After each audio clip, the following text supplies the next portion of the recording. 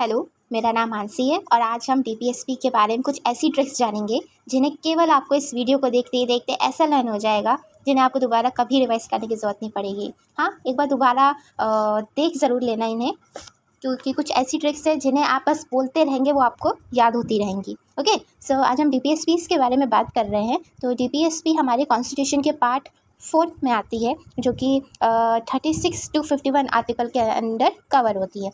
हम बेसिकली ये जानना चाहते हैं कि डीपीएसपीज़ को रटना नहीं है हमें, उसे ऐसे समझना है कि जब भी हमारा प्रीलिम्स आए और उसको हम डायरेक्टली क्वेश्चन को देखते ही मार्क कर सके कि क्वेश्चन अगर आया पंचायत का तो वो कौन से आर्टिकल में कवर होता है। सो it is cover in article number 40। Okay, इस तरीके से लर्न करेंगे हम। सो बिना टाइम गवाए हम शुरू करते हैं। आर्टिकल 36 के बारे में बात करें।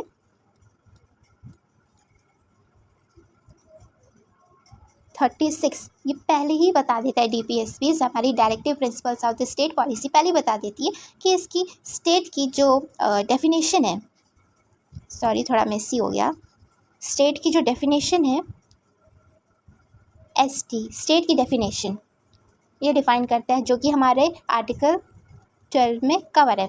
ओके, फिर हम बात करेंगे आर्टिकल 37 की, जो बताता है कि डीपीएसपीज़ जो है हमारी वो नॉन जस्टिसिएबल है।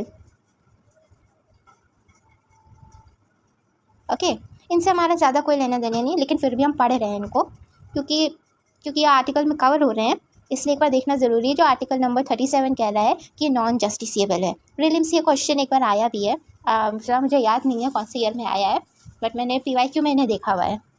सो आर्टिकल 38 बताता है it is for the welfare of the people, it is for the welfare of the people. Short form में लिख रहे हैं, मैसी ना करते हुए, ज़्यादा रिटन वर्क ना करते हुए, एक रिवीजन है।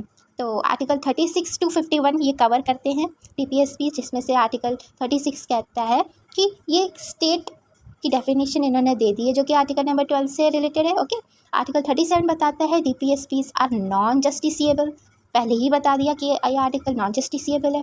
आर्टिकल 38 कहता है कि it is for the welfare of the people, it is for the welfare of the people.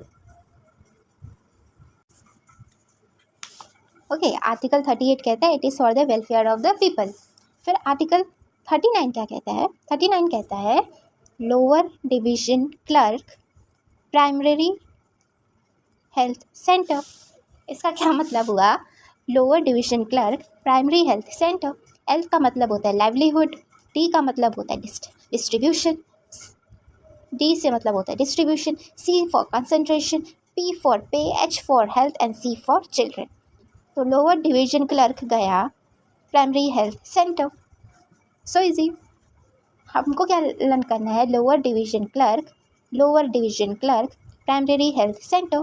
Primary health centre means it is for the livelihood, distribution, concentration, pay, health and for the children. Article 39 कहता है। Okay, article 40 very very very important. Article 40 क्या कहता है?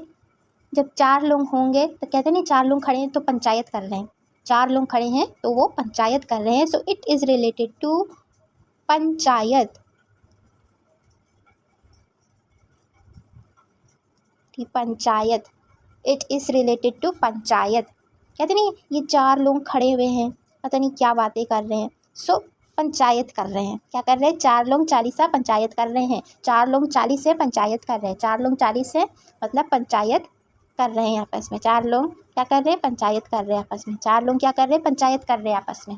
Okay, और ये एक और important बात, जो ये हमारा आर्टिकल 40 है, पंचायत से रिलेटेड है, तो ये जो हमारा पार्ट 9 है, हमारा पार्ट 9 है जो, और शेड्यूल क्लियर लिख देते एक बार,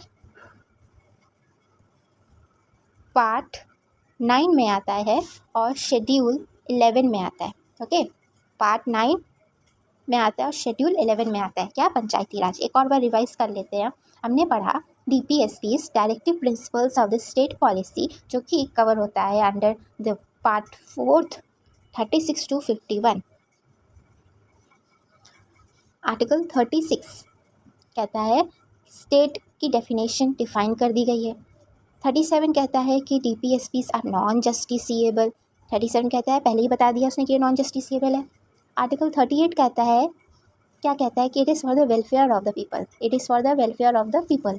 ओके, फिर हम पहुँचे अपने 39 आर्टिकल पे, जो था लोअर डिवीजन क्लर्क गया प्राइमरी हेल्थ सेंटर।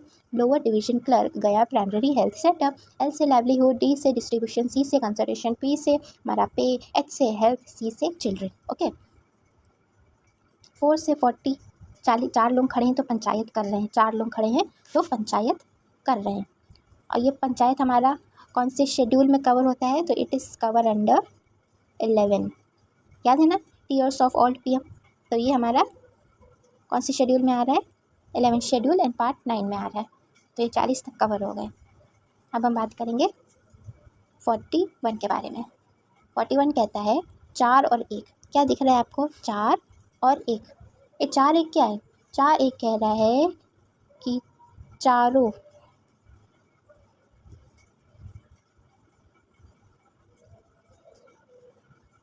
चार तो 4 लग ही नहीं रहा है, चारों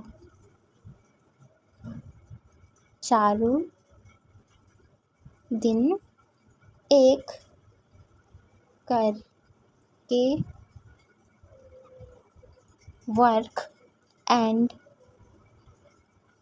एजुकेशन किया।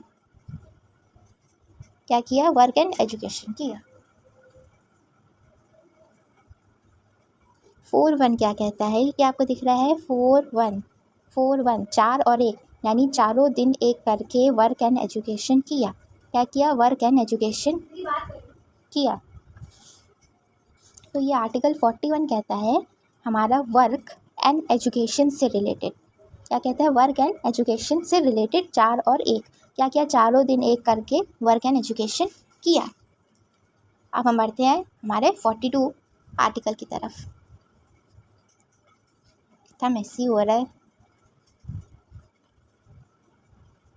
ओके, आर्टिकल 42 कह रहा है हमारा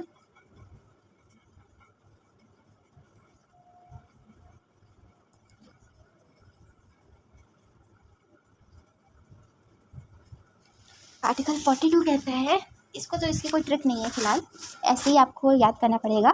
मैटरनिटी रिलीफ, क्या लिखा है, METERNIT, मैटरनिटी लीव। क्या है, maternity leave. 42 maternity leave, 42 maternity, बार बार बोलिए, 42 maternity leave, 42 maternity leave, 42 maternity leave, 42 maternity leave. Okay, क्या है, 42 मैटरनिटी लीव। कहीं 41 भूले तो नहीं। क्या है दिख रहा है, 41 दिख रहा है, 4 और 1। क्या है 4 और 1, 4 कहते हैं चारों दिन एक करके, 4 दिन एक करके वर्क एंड एजुकेशन किया, वर्क एंड एजुकेशन किया। ओके, चारों दिन एक करके वर्क एंड एजुकेशन किया।